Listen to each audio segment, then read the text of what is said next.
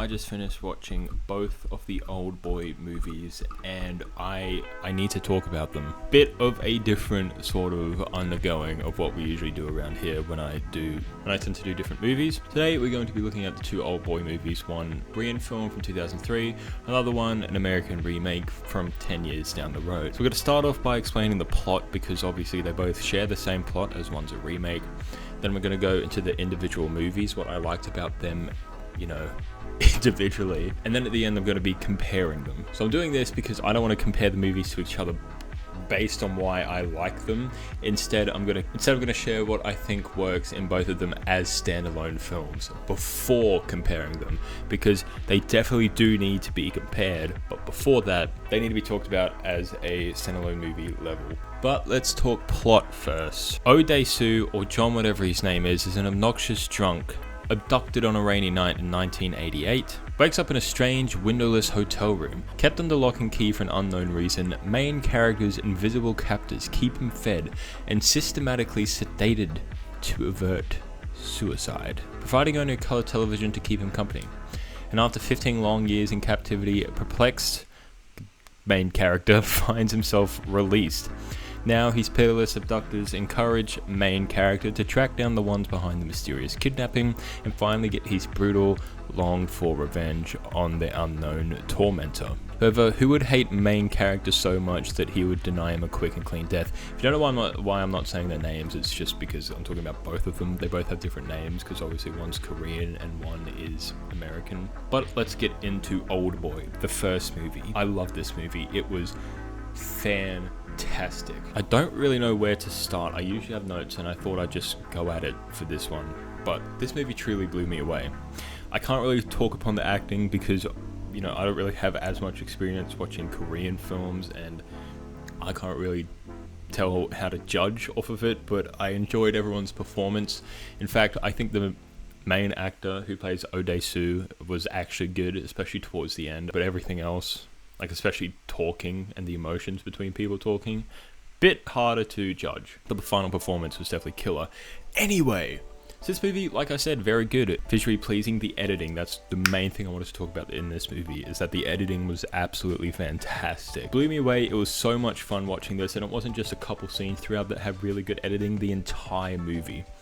Not only was it genuinely edited well, but there were very fun scenes, some graphics, some interesting ways to hook you in to the actual scene, and I think it worked beautifully. Second of all, there's some very good camera work and very good directing throughout this film. I'm sure we all know the one-shot scene where Oh Dae-soo is just absolutely wrecking these guys, and it's just like this platformer one-shot scene, and it's just non-stop. It's like a 3-minute long scene, and it's great. Absolutely love that. This film is very good at storytelling, and I think the way that it fleshes out this story, because the pacing is very good in this film. As said in the plot at the very start of the film, he is kidnapped. Start of the movie, we see that he is not a very good man, and so the kidnapping is more so justified and be like, oh well, maybe he does deserve this. Continuity already rouses within the first scene. When he's in this hotel room, it's not for a very long time. It was probably about 8 minutes in total that he spent in this hotel room, and this is literally the catalyst of the entire film. But he wants answers. He wants to know why he's here, who put him here, who kidnapped him. He gets fed dumplings or gyozas literally for his entire life. They come in, they feed him, they gas him to put him asleep, to take his blood, whatnot, trim him up. He eventually, over the 14 years that he's in this place, he eventually gets out. He trains, he boxes. Well, he doesn't really get out. He's close to escaping, but then they just take him out anyway. But one of the main things that we learn in this movie is that his wife was raped and murdered, and everyone thinks that it's him because he just disappeared randomly and then his wife died. So now he's a fugitive.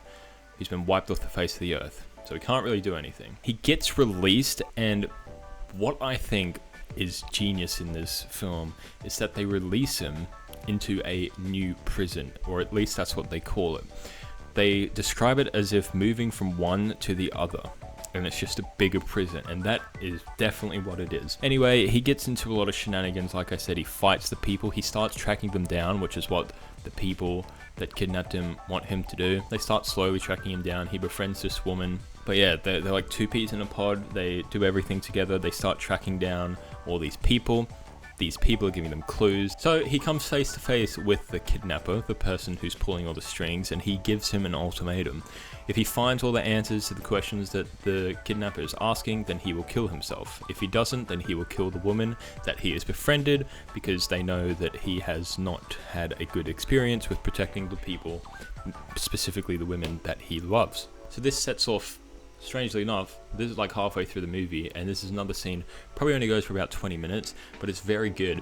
Watching these two characters slowly build up, watching the horrible things that happens to them, like the torture that happens. The violence is disgusting in this movie, but it's very well fitting. And it's not like the over-the-top violence, it's this squeamish stuff, which for some reason I can't handle. I can handle gore, but it's like the small cuts and like the pulling out of the teeth with the hammer. It's the small stuff that really gets me, because I imagine it more. By the end of it, obviously he succeeds, and so the final confrontation with the kidnapper happens. He's like, here's all the questions that I answered.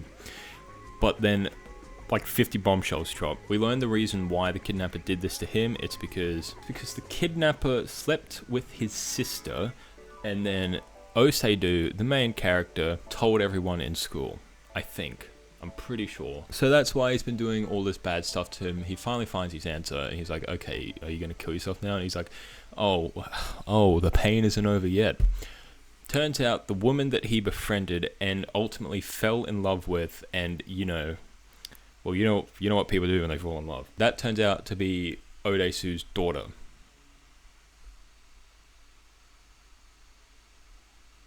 He didn't recognize him because it had been 14 years. I don't think I mentioned this at the start. It had been 14 years since he'd seen his daughter, because he just got kidnapped out of the blue. He was giving his daughter these feathers for her birthday. At the very start of the film, we see Odesu get arrested for being drunk and disorderly with the feathers. At the end of the movie, his daughter, who's like 17, 18, 19 now, is wearing the feathers. But it's absolutely shocking. And then once again, when the kidnapper takes control, he's on the phone to Odesu's daughter, and this is where the performance really kicked up, because he's on the floor begging him not to do it, crawling around like a dog, sipping the water like a dog that's in the place that they're in. There's water in the place that they're in, and he's sipping it like a dog, licking his feet. He cut his tongue off just to prove he'd rather suffer the physical pain than have his daughter find out that the man that she fell in love with was her father, that had been missing for 14 years after he killed his wife. This is just truly great stuff. I don't think she ever finds out, and the ending of this movie, I absolutely love it. There's a lot of interpreting to do for yourself here, because we see Odesu out in the forest. This ending obviously happens after the kidnapper does kill himself, so Odesu gets what he wants. At the very end of the movie, he's out in the forest in a snowy field. He's made a life for himself so many years later, and his daughter comes into screen. They hug, they almost cry, and then she says, I love you. But she says, like, I'm pretty sure she says, I love you, Odesu. So this is an interpretation. Did he not tell her, and now she sees him still as a father figure, or did he keep the relationship going? There's even some really creepy stuff, but all in all, I love the directing, the story great, the script as well, very good, and I'm giving Oldboy 2003 an 8 out of 10. Next up, we have Oldboy 2013, a movie remade by American cinema by Spike Lee, of all people, who doesn't have a very good track record when it comes to making movies, but I'm pretty sure this movie was made 10 years after as like an anniversary thing and whatnot. Shall we get into it? This movie's horrible. This movie is genuinely awful. My goodness. I can judge acting that's in my language, and in this it was horrendous, absolutely horrendous. And they had big names in this movie. Josh Brolin as John, who is Oldboy, Odesu, just for future reference. Elizabeth Olsen as his daughter, Samuel L. Jackson, obviously. They had flippin' Rami Malek in this movie for all of 5 seconds before he died. Okay, so I'm gonna start off with the positives of this movie, because that won't take long at all. I think Personally, this movie had better action, or at least it was choreographed or executed better, because obviously they had that fight scene, the one-shot fight scene, which extended upon the previous one with a longer take, and I think it was just choreographed beautifully. The fight scenes as well, much more action-packed. It definitely took a different approach to the whole action scene. Alright, cool, now let's get into the actual movie. Oh god. So starting off, actually don't know where to start. The directing is horrible. Truly, except for that one scene. But let's start with that scene. So the continuity between this is horrible. John pretty much just teleports into a hallway full of dudes that he can just beat up. But in this movie, it's very different. There are a lot of scenes that pretty much only reference the previous movie to make something completely new out of them. But John, the main character, he's bad. He's just bad. Kinda sucks. In fact, all the characters do. But Josh Brolin's acting in this is horrible. Absolutely horrible. This movie is stripped of any narrative, even though it's already got the source material. It's shorter than the first one, and they just cut all the wrong scenes and decided to put all the bad ones in, the wrong ones. Add new ones, whatnot, but he's seen as an alcoholic still, which is fine. And he's seen as very abusive to his wife, or at least verbally abusive. First 5 minutes of this movie, he's like, I have to get a present for my daughter. It's her birthday, like, tomorrow, and she's 3. She's 3 years old. Hey, you. My daughter's turning 3 years old tomorrow. 3 of them. Very in your face, pretty much just like everything in this movie. And then he gets taken away to the hotel room. And we're in this hotel room for so long. Like 20 minutes, 25 minutes. We're in this hotel room with him. Why? Why? It worked so well in the first one. It was literally 10 minutes, if that. This one, dude. And he's in here for 20 years, so I guess that could justify why we spend longer in here, but I still feel like the same message can come across. But yeah, we were in here for 20 years. Rats. He found rats and then raised them, and then they cooked them for him. In this hotel room, he started to go crazy, visioning things. But they gave him different meals. So doing the first one, they feed him only dumplings, which is why throughout the movie when he's trying to find them, he goes to all the different dumpling places and tastes the dumplings so that he can find the exact ones that he's looking for. This one, they give him lots of different stuff. They give him dumplings, and then he still goes and finds dumplings. But why did you have to give him the other foods? Who cares? Okay? Who cares? Well, he gets out, except it's even dumber because in the first movie, they hypnotize him and then let him escape. But in this one, they just gas him again to put him asleep and then just say, okay, go. Go. What? Why? Now that John's out in the world, the first thing he does is almost murder like 5 teenagers. Literally, the first thing he does, he takes 2 steps and almost kills people. It's crazy. It's crazy. But he befriends this woman who works as a medic, as an ambulance person. Okay, that's cool. It's Elizabeth Olsen, oh my gosh, who also acts horrendously. But the pacing in this movie is god awful. Horrendous. I don't know what it is. I do not know what it is. For some reason, scenes that should be 5 minutes long go for 30, and then scenes that should be 30 minutes long go for 5 minutes. I'm talking about tracking down all the people that did this to him. That literally took 5 minutes and he was done. I get it wasn't a long scene in the previous one, but it was definitely longer. It's not up until the 3rd act, I believe, that he gets the ultimatum of, if you find out the answers, I'll kill myself. And then he found out all the answers within 3 minutes, and then he went up to the guy and it was like, that person that you did stuff with, that's your daughter. I really don't know what to think about this film at all. Actually at all. None of the characters have motives. None, except obviously John has a motive, but none of the other characters do. They don't feel real, like real characters. John is supposed to be this broken down man that has nothing left. He's been pushed into a corner. It's supposed to be like a John Rambo situation, which I believe is why I love the first one so much. He just wasn't. He was just a dude. But just like, you can go kill people with a hammer if you want. This movie's bad. It looks disgusting because it's shot horribly. Like I said, the pacing is very strange. The amount of time you spend with some characters is so weird.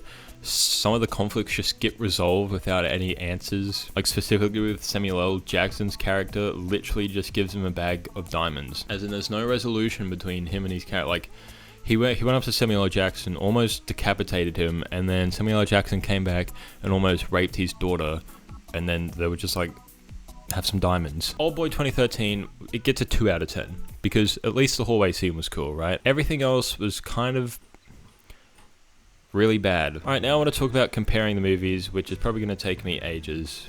So, once again, strap yourselves in. Because like I've been saying, the characters, what happened? They really should just left this movie alone. But I feel like every single character in the first one was absolutely great. They all felt real. They had their purposes. They had their struggles. This one, they literally not a single one of them felt like an actual character. They just felt like things that were on a screen. It was a strange conundrum. Like I previously said just before, when he was just giving the enemies diamonds, in the previous movie he made amends to them, and hence why it's like, you know, you're not so bad, you know, handshake. Here's your hand back, or your ring back, or whatever. This one, why? Why did that happen? The ending to this is horrible. He goes back, at the end of 2013 Oldboy, he goes back to the hotel, and he's like, also towards the end, with the whole reasoning as to why John is such a bad person and is deserving all the things that he gets. It was kind of just like a shock value sort of situation. He watched these two people doing things at school, and then we got a whole incest shotgun murder scene that was so out of pocket. Why did that happen? In the previous one, it's established and built throughout the whole movie, kind of like the plot. This one, oh my goodness, I don't know. They should have left it alone. This is why we don't touch this sort of media. Let's look at it this way, okay? When America first got their hands on Godzilla, it was a train wreck. However, when America first got their hands on Seven Samurai, it became the Magnificent Seven, which to this day have still been pretty good movies. Not anywhere near as good as Seven Samurai, but still, that might be one good example that I can think of. I can't really think of anything else, but look at the state that Godzilla's in now. The best thing we've got in a long time was -1, and what was that? That was a Japanese film. Shin Godzilla was also incredible. What was that? A Japanese film. What's bad right now? The Monsterverse. Godzilla now is just a big lizard, just like eating things, and they've just stripped the story away. Why am I talking about Godzilla? Because we need to leave stuff alone. So much emotion was put into the first one. The storytelling was absolutely incredible. I felt sick watching the first one, no matter what it was, whether it was the violence, the plot twist, dialogue, everything was just great.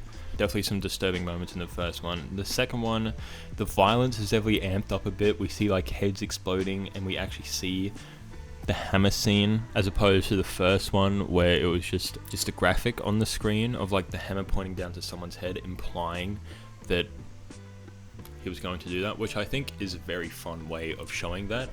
However, in the first one it just didn't hold back. It was very violent. Does that make the movie good? No, the movie's horrible.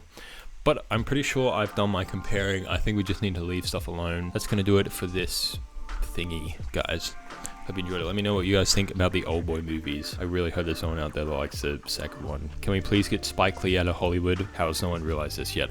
Actually, quickly, before I do stuff, there is something that I wanted to do. Put my mic down there because my flipping stand isn't working. Okay, so the Oldboy 2003 budget was $3 million.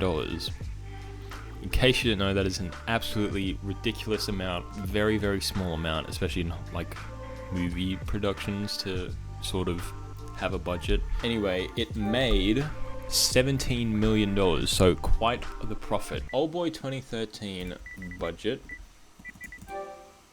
$30 million. So Oldboy 2013 already had more of a budget than the first one made.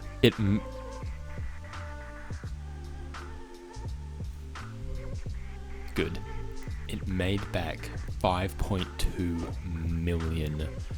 That's a $24.8 million loss. That's what you get. That doesn't prove it. If that doesn't prove that Spike Lee should be out of here. You know why that budget was so high? Because of the actors. Why would you do that? That's insane. Having that, whatever. You can't expect to have Samuel L. Jackson, Josh Brolin, and Elizabeth Olsen, especially back in, 2013? So Josh Brolin would have had his very first appearance at the end of Guardians of the Galaxy. Elizabeth Olsen, not in the MCU yet. Samuel L. Jackson in the MCU. Rami Malek. I don't know, who's in Night of the Museum. Still, pretty big actors. Why would you blow it? Huge rostered actor. And the guy that played Eddie in It Chapter 2. But that's going to do it for this video. Let me know what you guys think. Once again, these are just opinions. If you love the Oldboy 2013, you're wrong, but to each their own, you know. And if you hate the first one, I don't know, I kind of get that. It was a bit weird, but I truly loved it. Hope you enjoyed. Have a good day.